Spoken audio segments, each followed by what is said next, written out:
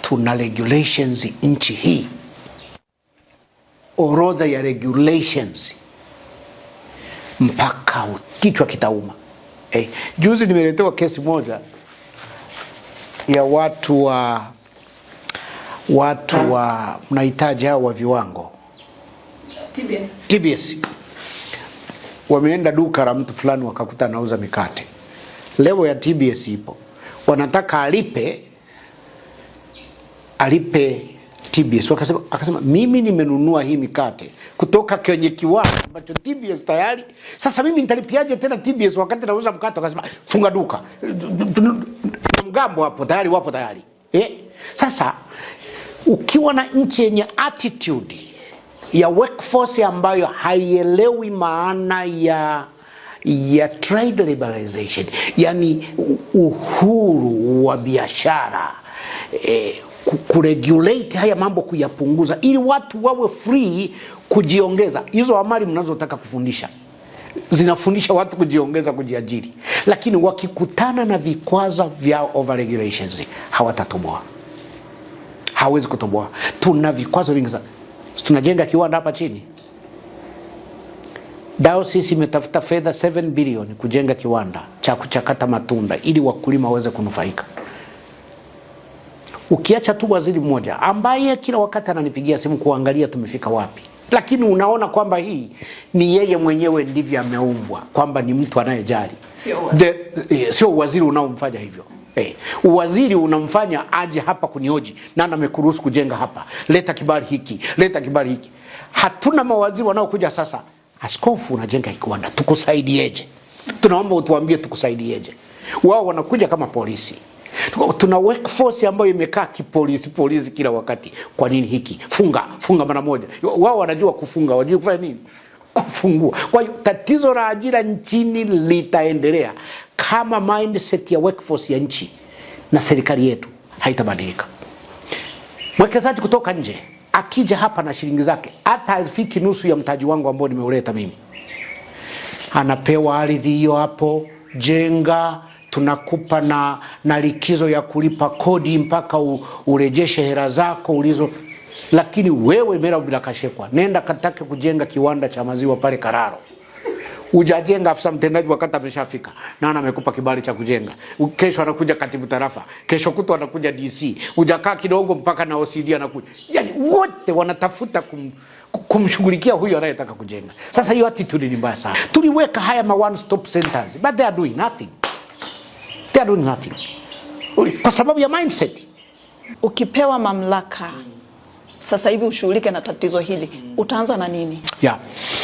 Mimi nitaanza na sekta binafsi. Hakuna serikali duniani inayoajiri watu wote. Haipo. Watu wengi wanaajiriwa na sekta binafsi.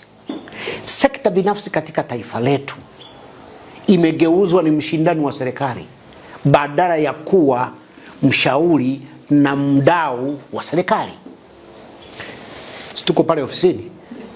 Dayosisi yetu inaajiri watu 490. Lakini ukiambiwa vituko tunavyofanyiwa, mara aje afisa kazi, mara aje NSSF, mara aje WCR, mara aje huyu, mara hiyo yote ni kufrustrate sekta binafsi aliyejitolea kwa ajili hao watu 490, badala ya kumwezesha ili hawa 490 wasiondoke. Sisi tunazidi kumbana sekta binafsi ili hata hawa wafanye nini? Awaachie waingie mitaani. Kwa niwahi kutoa wito kwamba tunahitaji kukaa meza moja kuzungumza juu ya jambo hili. Kwa mfano, serikali ambayo haijaajiri iweke mazingira mazuri ya wawekezaji wa ndani. Waweze, yani hata wewe ukianzisha kijiwe cha kubrush viatu na kuchoma chipsi, ukachukua vijana wawili, serikali ikuone wewe ni wa maana sana, ikusaidie ili watu wabrashiwe viatu na chips zichomwe na hawa watu wapate kaposho kakwenda nao nyumbani.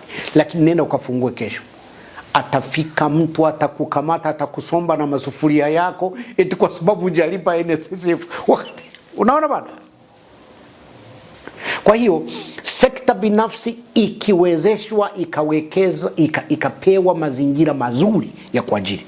Kwa mfano, nimeenda nchi moja hapo Amerika ya Kati, nafikiri Bolivia, nikakuta serikali inashirikiana na sekta binafsi. Mtu yeyote ukijitolea, ukiajiri watu kuanzia 10, serikali inakupa exemption ya mambo fulani fulani, ili uendelee kuwa maintain hao, wapate mahali pa kupata nini, ngalau kwa kiwango hata cha kima cha chini cha mshahara. Sisi hapa wakikuta umewaajiri hujafikisha kima cha chini cha mshahara, wanakufunga. Kwa hiyo wote wanapoteza kazi, serikali inapoteza kodi, na wao wanapoteza kazi, na wewe ulichokuwa unafanya kinakuwa frustrated. What kind of a country? Unaona? Kwa hiyo tuna sekta yetu binafsi inaugua ugonjwa unaitwa overregulation. Yani tuna regulations nchi hii, orodha ya regulations mpaka kichwa kitauma.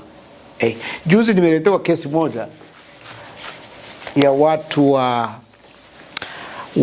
wa mnahitaji hao wa viwango TBS. Wameenda duka la mtu fulani wakakuta anauza mikate. Level ya TBS ipo. Wanataka alipe